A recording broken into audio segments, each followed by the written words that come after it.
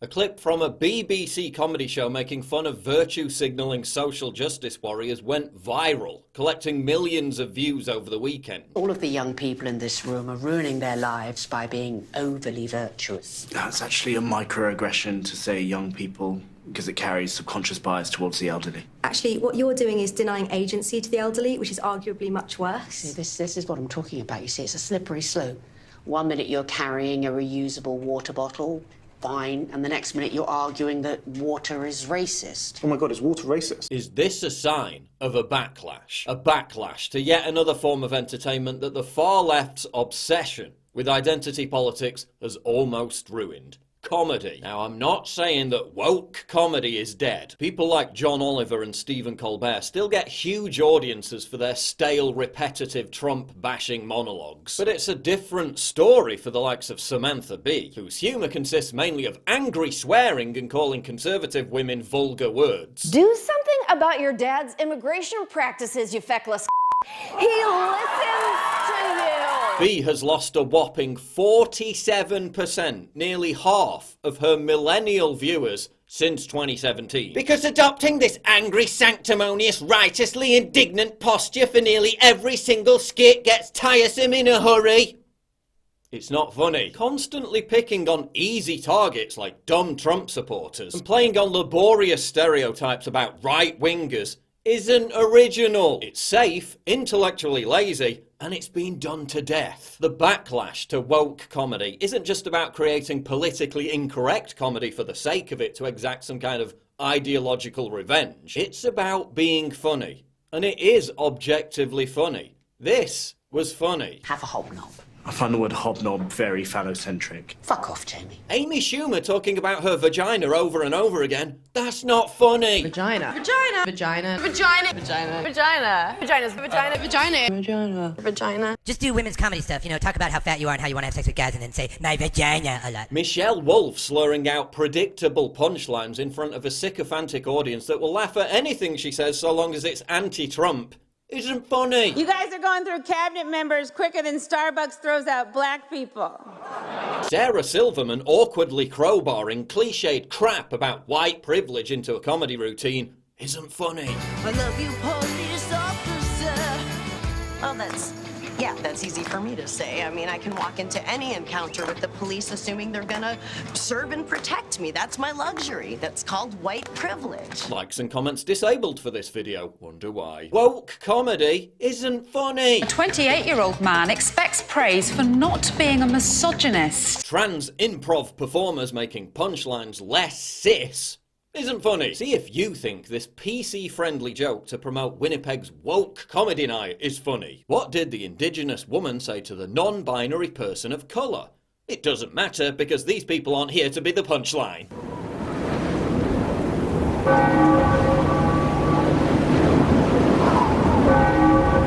You can't make something funny just by imbuing it with some pretentious moralising social justice cause. That's not how humour works. The left has forgotten how to be funny. Because as I've explained a million times, most of them seem to have no self-awareness of the fact that they're no longer the counterculture. They're the dominant culture. They control the dominant cultural institutions. They still control the dominant cultural narrative. You can't be edgy, rebellious and daring if you're just parroting establishment dominant cultural narratives. It doesn't work. It's not funny. Decades ago it was funny and it worked because they were taking on hypocrites and Puritans who were predominantly on the right. And they were typically punching up because the right had cultural ascendancy. Now that the left are the new Puritans, comedians are constantly petrified of offending somebody and always walking on eggshells. This inhibits creative freedom. It stifles the very thought process which makes good comedy. The willingness to offend everybody, not just easy right-wing targets,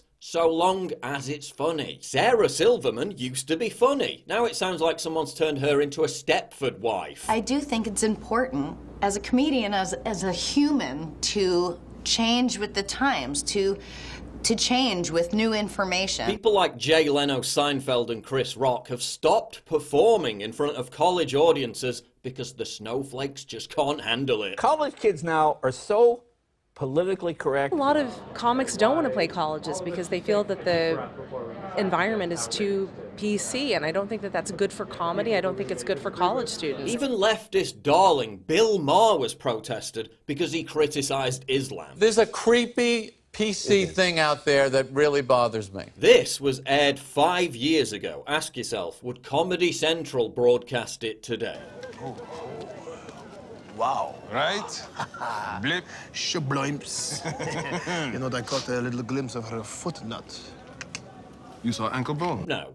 This is what Comedy Central broadcasts today. Yo, I'm finna kick a verse, it's dope and amazing, about the history of cultural appropriation. Appropriation happens when oppressed culture gets co-opted by a dominant other.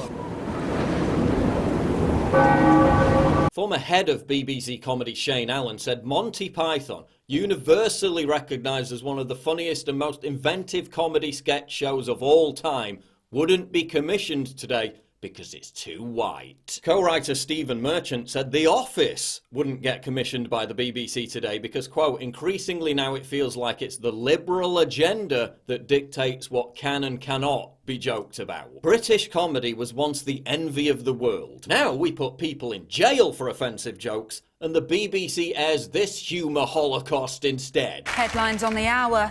Trump's cognitive ability normal. He's just a prick, says White House doctor. You called Donald Trump a prick? Hilarious! How bold, how fresh. How long did it take your team of writers to come up with that stroke of comedic genius? But again, this goes back to prioritising identity politics tokenism over being funny. As soon as you remove being funny as the #1 priority of any joke, comedy routine or sketch show, it stops being funny. If you make me laugh with a really funny racist joke, I'm thankful, because you made me laugh. I don't think you think that everything you say is a fucking sworn statement, an affidavit that you're giving in court. I assume that when you're doing the art of stand-up comedy, you're going to say things you don't really mean because they're funnier than what you really mean. Yeah. And that's part of the art form. Just like when you listen to a song, you know, Bob Marley didn't really shoot the sheriff, okay? Probably didn't shoot anybody. And it's like, it's part of the art. It's making shit up.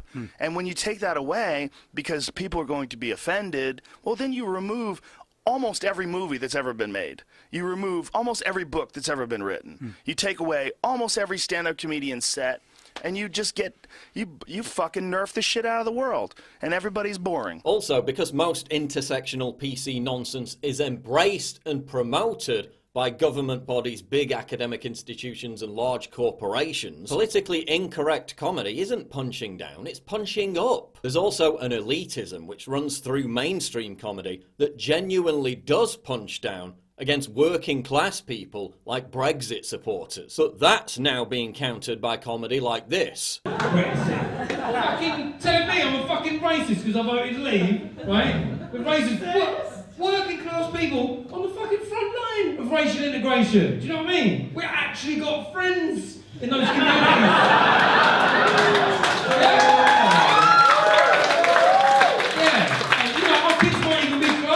Those people, they might come over for tea, our kids might date people from that community. Don't fucking tell me about racism when all it comes down to is fucking artisan bread. Fuck you. Yeah, we know who's going to come and, you know, pick the strawberries or work at Pret. Oh, wow, I didn't realise that's what the EU was there for. Signs that the backlash to political correctness is taking effect in comedy or everywhere. Before she was forced to bite the bullet for an offensive tweet, Roseanne's sitcom returned to glowing acclaim and massive ratings. And its revival was big in its debut with 25 million viewers. Thank you for making America great again. ABC cancelled Tim Allen's sitcom, which featured a conservative as the main character, despite good ratings. What do we call people that go willy-nilly through life just doing things because it feels good? Democrats.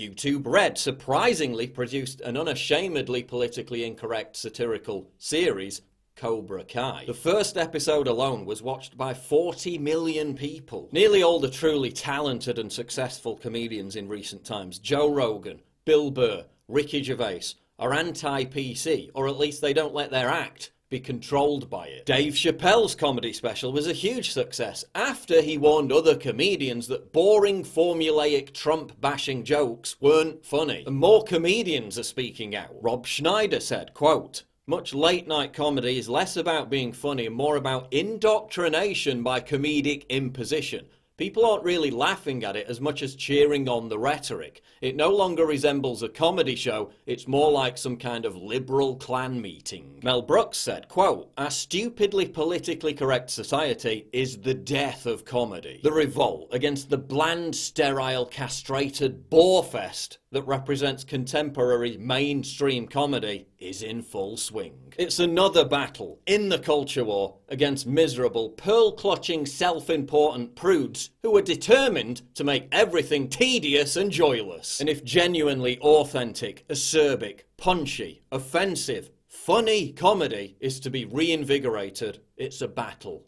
that must be won. Please click the big red button to subscribe. It really helps me when you do that. And click the bell to allow notifications so you never miss a new video.